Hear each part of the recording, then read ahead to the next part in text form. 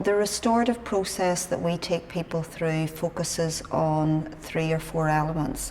One is the hurt and harm caused to the victim, hurt and harm caused to the community, hurt and harm caused to the individual themselves, because I believe if someone's involved in carrying out a crime or antisocial behaviour, they're actually dehumanising themselves, and the hurt and harm caused to their family. We do go deep.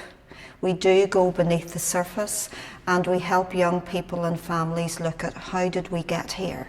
So for us to ensure that there are no more victims within communities, we have to do holistic support with offenders, because one of the critiques of restorative practices is that you focus too much on the offender.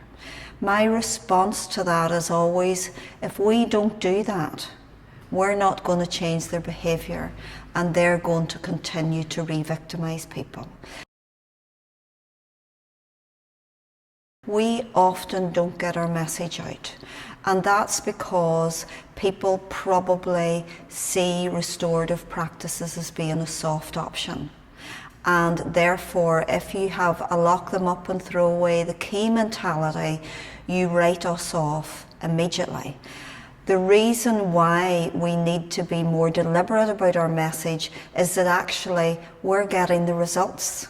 I think the other reason why people don't embrace restorative processes, particularly within communities that have been at the forefront of the conflict, is that those communities do violence well and do conflict well. And it's so ingrained in our culture and how we do business that change is not going to happen overnight. Paramilitary style attacks do not change behaviour. So if you want things to change in your community, don't go down that road. You are supporting them because you feel it is a form of justice and it's instant. Actually, what you need to do is to support a process that actually changes behaviour, makes your community safer, and lowers the number of victims within your community. And restorative processes does that. I understand that people within the community think that if young people or adults are committing crimes, there needs to be a sanction, and often a violent sanction is the right one. I don't think that's right. I think there does need to be consequences. People need to be held accountable for the human consequences of their actions and the hurt and harm that they're causing.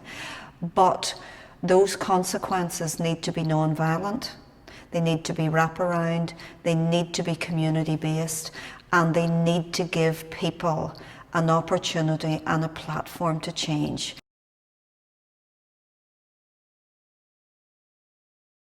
In my experience, organisationally, we are working with young people as young as 9 or 10. The other pattern of behaviour that has changed is that increasingly more females are coming into the equation and are involved in offending behaviour. And that is something that we really need to attend to. Now, their type of criminality might be different, but it's no longer unacceptable for a young woman or a young female to be involved in criminality at a very, very low age. People across Northern Ireland need to start having a conversation about why violence and brutality against our young people is wrong. And we don't see people taken to the streets when a 15-year-old is beaten or shot.